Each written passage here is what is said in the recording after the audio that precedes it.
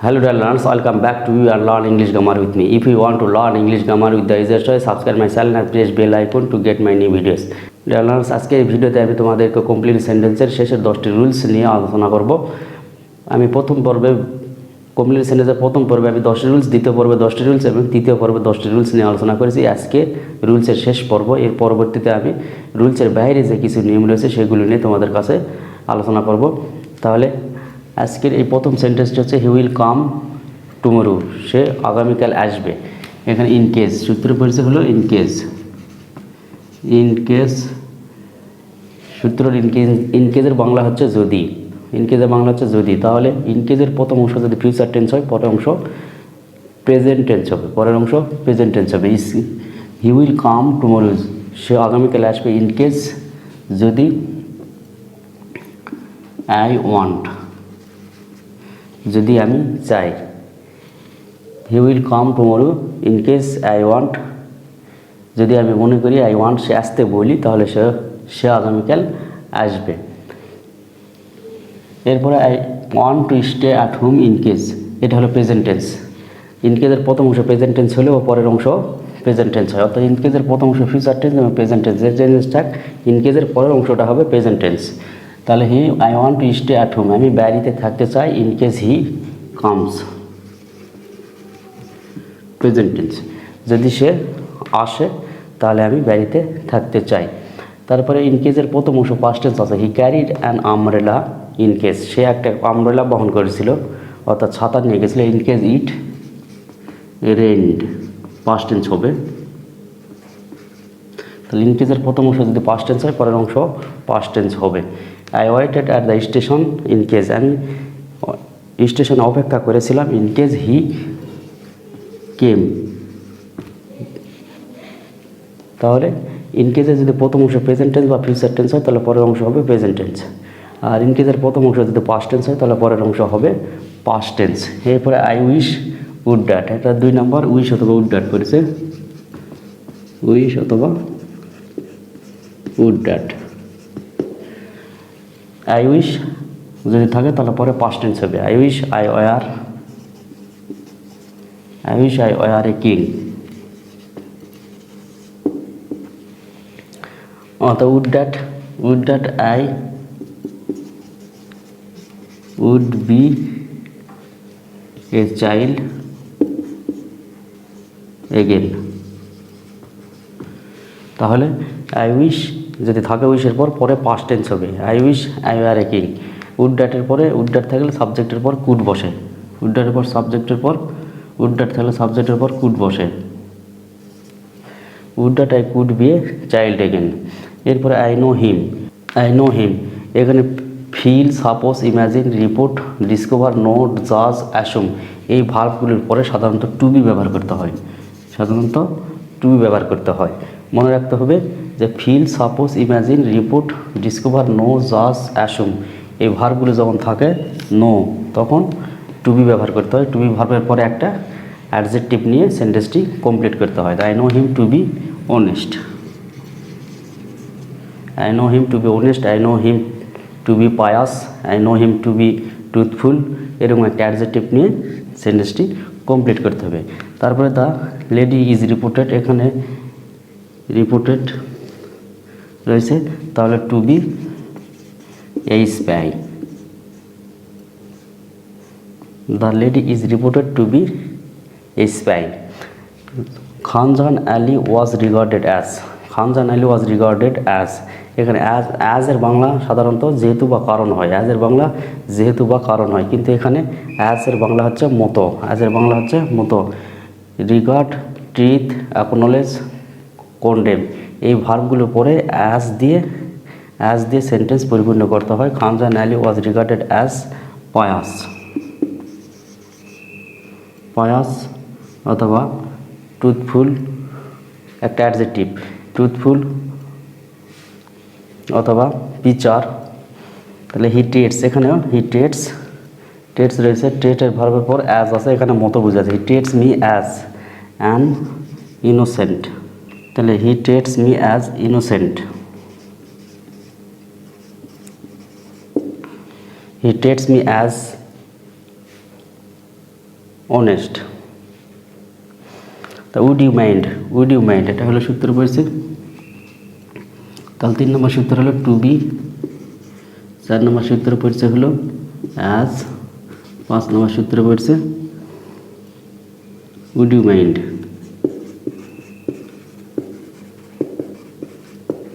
Would you মাইন্ডের পর মূল ভার্ব সাথে আইএনজি যোগ হয়। Would you mind taking.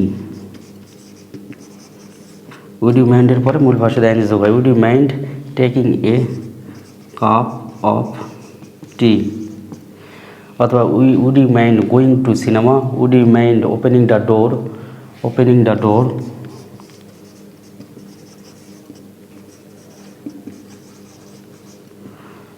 Would you mind going to market. Would you mind going to Dhaka. এরকম অর্থাৎ মূল ভার্বের সাথে আইএনজি যোগ করে উড ইউ মাইন্ড দিয়ে একটা সেন্টেন্স পরিপূর্ণ করতে হয়। It is many year since. সিন্সের সূত্র পড়ছে এটা সিন্সের প্রথম অংশ যদি প্রেজেন্ট টেন্স হয় বা প্রেজেন্ট ইনডিফিনিট বা প্রেজেন্ট পারফেক্ট টেন্স হয় তাহলে পরের অংশ হবে পাস্ট ইনডিফিনিট টেন্স। তাহলে সিন্সের এটা হলো প্রেজেন্ট ইনডিফিনিট টেন্স রয়েছে। ইট is many year since I saw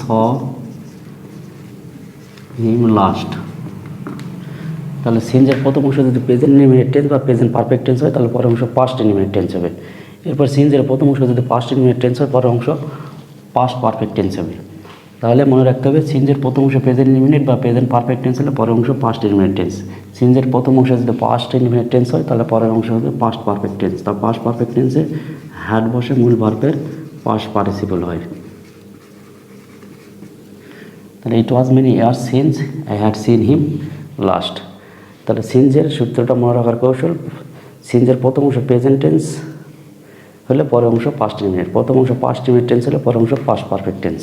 এরপর দ্য পেশেন্ট হ্যাড ডাইড বিফোরের প্রথম অংশ পাস্ট ইনডিফিনিট টেন্স, বিফোরের প্রথম অংশ পাস্ট পারফেক্ট টেন্স, বিফোরের পূর্বে পাস্ট পারফেক্ট টেন্স হলে পরে পাস্ট ইনডিফিনিট টেন্স হয়। তাহলে এটা past perfect tense, had plus মূল ভার্বের পাস্ট পার্টিসিপল, এটা হলো পাস্ট পারফেক্ট টেন্স আছে। The patient had died before the doctor came, পরে পাস্ট ইনডিফিনিট টেন্স হবে দ্য ডক্টর কেম। বিফোরের প্রথম অংশ পাস্ট পারফেক্ট টেন্স, পরের অংশ পাস্ট ইনডিফিনিট টেন্স। আফটারের প্রথম অংশ পাস্ট ইনডিফিনিট টেন্স, পরের অংশ past perfect tense. The doctor had come, the patient died after the doctor had come. অর্থাৎ আফটারের প্রথম অংশ পাস্ট ইনডিফিনিট টেন্স, পরের অংশ পাস্ট পারফেক্ট টেন্স। বিফোরের পূর্বে পাস্ট পারফেক্ট টেন্স, পরে past indefinite tense. He is not only a good student, তাহলে এটা সূত্র পেয়েছে before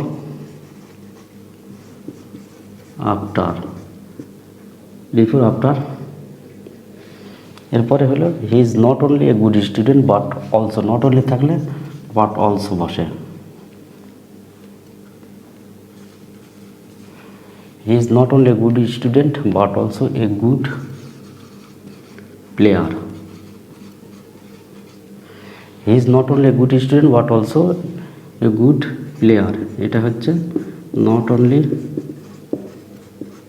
dot dot but also.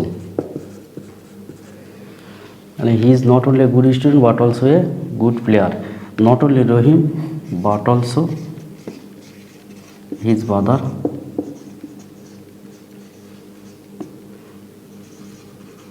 came to me. Not only Rahim but also his brother came to me. Not only Rahim but also his friend went to Dhaka. Not only Rahim but also his father went to the market. এইভাবে সামঞ্জস্যপূর্ণ word নিয়ে sentence পরিপূর্ণ করতে হবে। এরপরে could not help, could not help, can not help, could not help, can not help, can not help, could not হেল্পের পরে মূল ভার্ব দিয়ে আইএনজি যোগ হয়। তাহলে কুড নট হেল্পের পরে মূল ভার্ব দিয়ে আইএনজি যোগ হবে। হি ক্যান নট হেল্পের পরেও মূল ভার্ব দিয়ে আইএনজি যোগ হবে। He could not help doing the work, he could not help doing the work, he could not help, I could not help obeying my parents. অর্থাৎ যেটা হবে মূল ভার্ব দিয়ে আইএনজি যোগ করে করতে হবে। He can not help going to school, he cannot help going to school. All that glitters, এটা হলো প্রবাদ, এর নিচের দুটো হলো প্রবাদ। কিছু প্রবাদ কমপ্লিট সেন্টেন্স হিসাবে আসে, অনেকগুলো প্রবাদ রয়েছে, তার মধ্যে এখানে দুটো উদাহরণ দেওয়া হয়েছে যে all that glitters is not gold. এটা হলো প্রবাদ, চকচক করলেই শোনা হয় না। All that glitters is not gold, এগুলো মুখস্থ রাখতে হবে। Where there is a will there is a way, where there is a will there is a way, ইচ্ছা থাকলে উপায় হয়। তাহলে আজকে কমপ্লিট সেন্টেন্সের যে রুলসগুলো ছিল সব রুলসগুলোই তোমাদের কাছে উপস্থাপন করলাম। এরপরে আগামীতে রুলসের বাইরে যে সেন্টেন্সগুলো রয়েছে সেই সেন্টেন্স নিয়ে আবারও তোমাদের মাঝে উপস্থিত হবো। ধন্যবাদ সবাইকে।